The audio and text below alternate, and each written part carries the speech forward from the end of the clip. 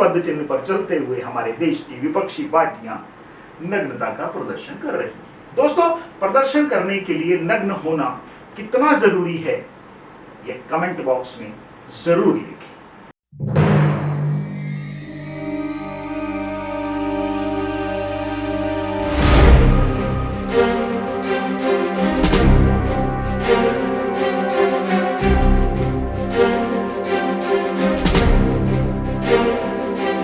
भारत की बात सुनाता हूं। मैं अनिल नैयर आज आपके लिए लाया हूं मणिपुर। वास्तव में मणिपुर में नंगा कौन हुआ? भारत अब 140 करोड़ हो चुका है। मुझे नहीं पता कि यह बात खुश होने की है या दुख प्रकट करने की, पर अगर 140 करोड़ से पूछा जाए कि मणिपुर कहां है, तो शायद भारत के नक्शे पर 100 करोड़ से ज्यादा लोगों को मणिपुर कहां है नहीं पता। यहां एक दुखद और दर्दनाक घटना घटी है। अभी कुछ दिनों पहले एक वीडियो आया था। कुछ लोग 2 महिलाओं को निर्वस्त्र करके उनका अपमान करते हुए शहर में घुमा रहे थे। पता चला कि उन दोनों महिलाओं के साथ बलात्कार भी हुआ है। यह दर्दनाक दृश्य देखकर कि स्वतंत्र भारत में अभी भी ऐसा होता है, यह सोचकर दुख और आश्चर्य हुआ। सरकार, प्रशासन और हम सभी चाहते हैं कि जिसने भी यह कृत्य किया उसे कड़ी से कड़ी सजा मिलनी चाहिए। पर दोस्तों, इस वीडियो से पहले भी एक वीडियो वायरल हुआ था जिसमें एक कुकी समाज की महिला हाथ में डंडा लेकर पुलिस वालों को भगा रही थी। यहां सरकार और सिस्टम का रेप हो रहा था। जब यह वीडियो आया तो समाज सोया हुआ था। लुटियंस और विपक्षी दलों को उस महिला के नग्न होने पर कोई समस्या नहीं, शायद उन्हें अच्छा लगा होगा। इस वीडियो में महिला स्वयं अपने आप को नग्न करके हाथ में डंडा लेकर सरकार और प्रशासन का मजाक बना रही। उस वक्त कांग्रेस वाले और पार्टियां कहां सो रही, शायद दूसरे वीडियो के आने का इंतजार कर रही है। दोस्तों, यह वीडियो का किस्सा अभी यहीं समाप्त नहीं होता। जब बात चली है तो दूर तक जाएगी। आपको याद दिलाता हूं 15 जुलाई 2004 जब कुकी समाज की लगभग 10-12 महिलाओं ने असम राइफल्स के ऑफिस के बाहर नग्न अवस्था में प्रदर्शन किया था, क्योंकि थांगजेंग मनोरमा नामक एक महिला की असम राइफल के जवानों ने हत्या कर दी थी। ऐसा कहा जाता है कि उस महिला के साथ रेप भी हुआ। घटना वो भी दुखद थी, शर्मनाक थी, लेकिन तथ्य ये है कि नग्न होना या नग्न करना ये कुकी समाज की परंपरा है जिसका हम विरोध करते हैं। शायद कोई भी समर्थन नहीं करेगा, लेकिन ये चिंता का विषय है। लुटियंस तब भी सो रहा था और आज जो यह पार्टियां संसद में बहस करने से भाग रही हैं, उसका कारण भी नग्नता है। दोस्तों, कमेंट्स सेक्शन में अपने विचार जरूर लिखिएगा कि नग्नता के साथ विरोध करना कहां तक सही है।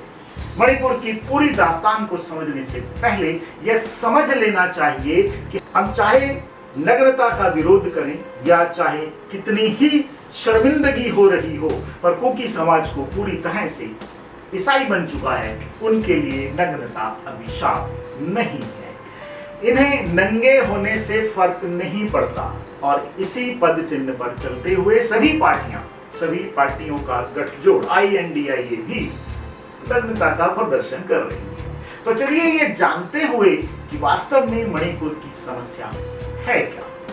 प्रधानमंत्री नरेंद्र मोदी जी ने कहा है कि देश शर्मसार हुआ है, सख्त से सख्त कार्रवाई की जाएगी। दोस्तों, दोषियों को बख्शा नहीं जाएगा, पर यह प्रधानमंत्री जी की स्टेटमेंट घटना के 78 दिन बाद आती है। 2 विदेशी दौरे, वंदे भारत चलाई गई, 2000 का नोट भी बंद किया गया, कर्नाटक चुनाव में पूरा समय दिया गया, नई संसद में मंत्रोच्चार के साथ सिंघोल स्थापित किया गया, ट्रेन दुर्घटना का दौरा भी किया गया, UCC पर माहौल बनाया गया, और मणिपुर में हुई घटना पर कमेंट करने में 78 दिन लग गए।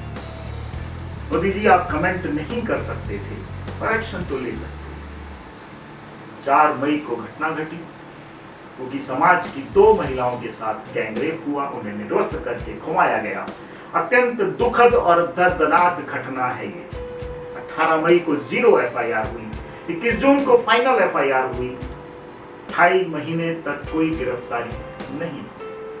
वीडियो सामने आने पर गिरफ्तारी हुई, क्योंकि यह कृत्य कुकी महिलाओं के साथ हुआ है, इसलिए इसे नेशनल इंटरनेशनल बना दिया गया। पर ऐसी घटनाएं मैतेई समुदाय के साथ हो चुकी हैं, जिन्हें नजरअंदाज किया गया है। मैतेई समुदाय का कुकी समाज की महिलाओं पर इस प्रकार की घटना को अंजाम देना मैतेई समुदाय का प्रत्युत्तर था। मणिपुर की सरकार के कानों पर जू नहीं रेंगे। मणिपुर की पूरी दास्तान को समझने के लिए हमें यह समझ लेना चाहिए कि हम चाहे नग्नता का विरोध करें, हम चाहे कितनी ही शर्मिंदगी हो रही हो, पर कुकी समाज जो पूरी तरह से ईसाई बाहुल्य है, इसके लिए नग्नता शाप नहीं, उन्हें नंगे होने से फर्क नहीं पड़ता। और इसी पद चिन्ह पर चलते हुए हमारे देश की विपक्षी पार्टियां नग्नता का प्रदर्शन कर रही हैं। दोस्तों, प्रदर्शन करने के लिए नग्न होना कितना जरूरी है, ये कमेंट बॉक्स में जरूर लिखें। तो चलिए ये जानते हैं कि वास्तव में मणिपुर की समस्या है क्या। जब अंग्रेज भारत आए तो उन्होंने पूर्वोत्तर की ओर कदम बढ़ाए, जहां चाय बागान के साथ तेल भी मिला, डाका डाला गया। यहाँ पर उन्होंने देखा कि यहाँ के लोग सीधे हैं, सरल हैं। ये लोग वैष्णवी सनातनी हैं, जिन्हें मैतेई समुदाय कहा जाता है। जंगल और पहाड़ में रहने वाले ये लोग पूरे देश के अन्य भाग से अलग हैं।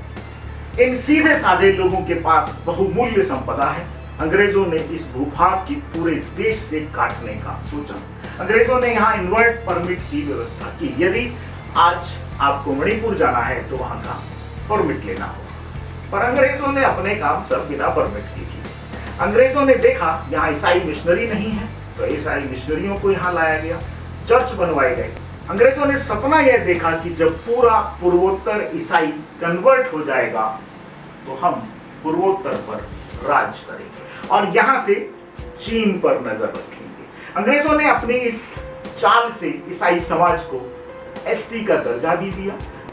धर्म परिवर्तन वाले कुकी समाज को जनजाति कहा जाता है। आज वर्षों के बाद भी मणिपुर में 90% भूभाग पर कुकी और नागा कब्जा हो चुका है, जो सभी क्रिश्चियन या ईसाई कन्वर्ट हो चुके हैं। मैतेई समुदाय 10% ही रह गया है और कुकी 10% को भी निकालना या मारना चाहता है, क्योंकि जमीन माफिया, चर्च माफिया, नशे का कारोबार, हथियारों का कारोबार, ये सारे काम कुकी समाज ही करता है।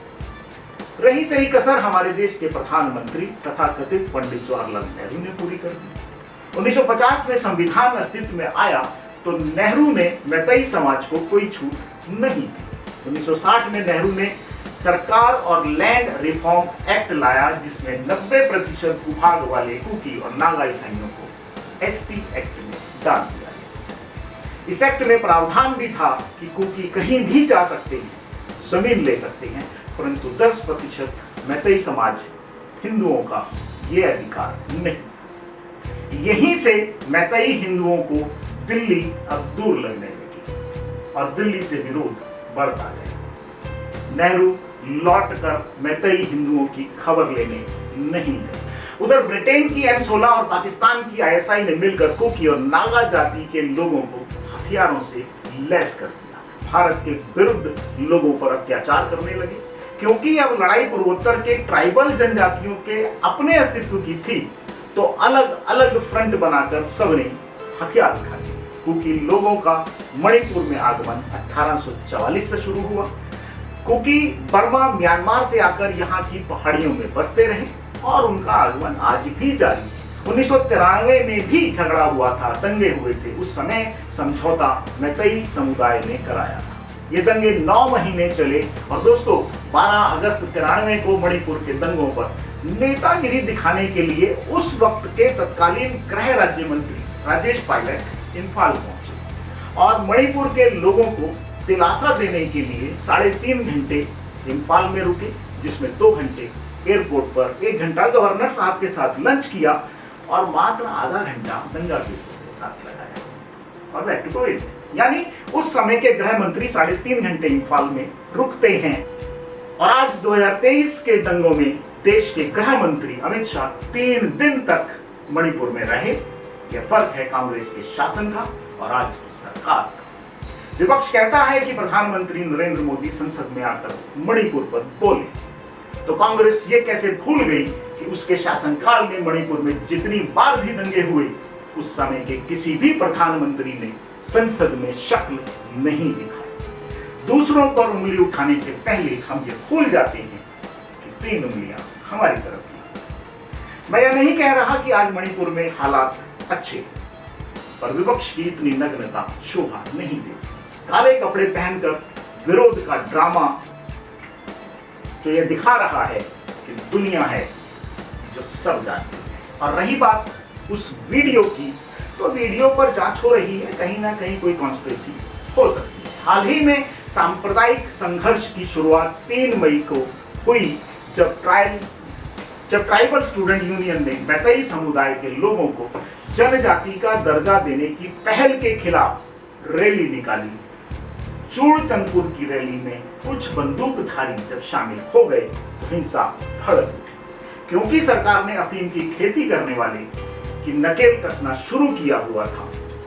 अब आतंकी गठजोड़ और नशे पर लगाम लगी तो लुटियंस को चिंता होने लगी। दोस्तों, दिल्ली ने हाथ बढ़ाया, अपनों का साथ मिला, हालात बदले तो मैतेई समुदाय ने जनसंख्या असंतुलन के कारण जनजाति की श्रेणी मांग, जिसे उच्च न्यायालय ने स्वीकार कर लिया। एक कारण तो यह था कि लुटियंस की नींद हराम हुई।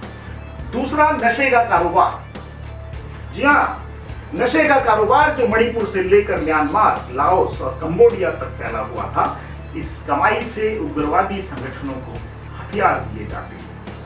वर्तमान सरकार ने अफीम और नशे की खेती पर 0 टॉलरेंस की नीति अपनाई है। हथियार और आतंकी समूहों पर लगाम लगाने से मणिपुर और म्यांमार के आतंकी समूहों के गठजोड़ पर लगाम लगने लगी। इसलिए इन सभी ने मिलकर मौका पाकर हिंसक वारदातों को अंजाम देना शुरू कर दिया। और हम दिल्ली में बैठकर सोच रहे हैं कि सरकार कुछ नहीं कर रही, जबकि वास्तविकता यह है कि सरकार ने इनकी नकेल में खौलता तेल डाल दिया। भारतीय संघ के साथ एक स्वतंत्र राज्य का विलय करते समय मैतेई समुदाय ने एक जनजाति की पहचान खो दी, क्योंकि नेहरू जी की बदौलत यह खेल खेला। इसलिए मैतेई समुदाय को मणिपुर की जनजातियों के बीच एक जनजाति के रूप में शामिल किया जाना चाहिए, ताकि उक्त समुदाय को संरक्षित किया जा सके और इनकी पैतृक भूमि, परंपरा, संस्कृति और भाषा को बचाया जा सके। मणिपुर की सीमा उत्तर में नागालैंड, दक्षिण में मिजोरम और पूर्व में म्यांमार से मिलती है। इसका क्षेत्रफल 22,347 वर्ग किलोमीटर है। मैतेई यहाँ के मूल निवासी हैं, जो खाड़ी क्षेत्र में रहते हैं। उनकी भाषा मैक्लोन है, जिसे मणिपुरी भी कहते हैं। 1992 में ये संविधान की 8वीं अनुसूची में जोड़ी गई थी। 33वीं ईस्वी में 1949 ईस्वी तक लगभग 2000 वर्ष का मणिपुर का शासन मैतेई वंश के पास रहा है, जो दुनिया के सबसे लंबे समय तक शासन करने वाला राज्य वंश है। मैतेई कृष्ण भक्त हैं, चैतन्य गौड़ीय दार्शनिक परंपरा का भाव बोध मैतेई भाव बोध है। सनातन सत्यता इनका जीवन राग है। मैतेई हिंदू जनसंख्या मणिपुर में 1901 में 96% थी, जो 1921 में मात्र 49% रह गई। एक तरफ भारत का न्यायालय सनातनी मैतेई लोग हैं, सरकार है, दूसरी तरफ कन्वर्जन में लगा चर्च है, अफीम की तस्करी है, अवैध हथियारों के व्यापारी हैं, भ्रष्टाचार है, उग्रवाद है। पूर्वोत्तर भारत का रोग गहरा है, लड़ाई कठिन है, उपचार जरूरी है। दोस्तों, सरकार अपना काम कर रही है, रोग पहचान लिया है, उपचार संभव है, पर समय लगता है। अत्यंत दुखद और दर्दनाक खबर के साथ और इस उम्मीद के साथ कि सरकार जल्द ही सिंखोल राजदंड का उचित उपयोग करेगी। भारत की बात सुनाता हूं, अपनी वाणी को यहीं विराम देता हूं। मेरा प्रयास यदि पसंद आए तो शेयर लाइक जरूर करिएगा, चैनल को सब्सक्राइब करिएगा, क्योंकि ऐसा करने से खुशियां बढ़ती हैं। आपके कमेंट्स के इंतजार में। नमस्कार, वंदे मातरम, जय हिंद।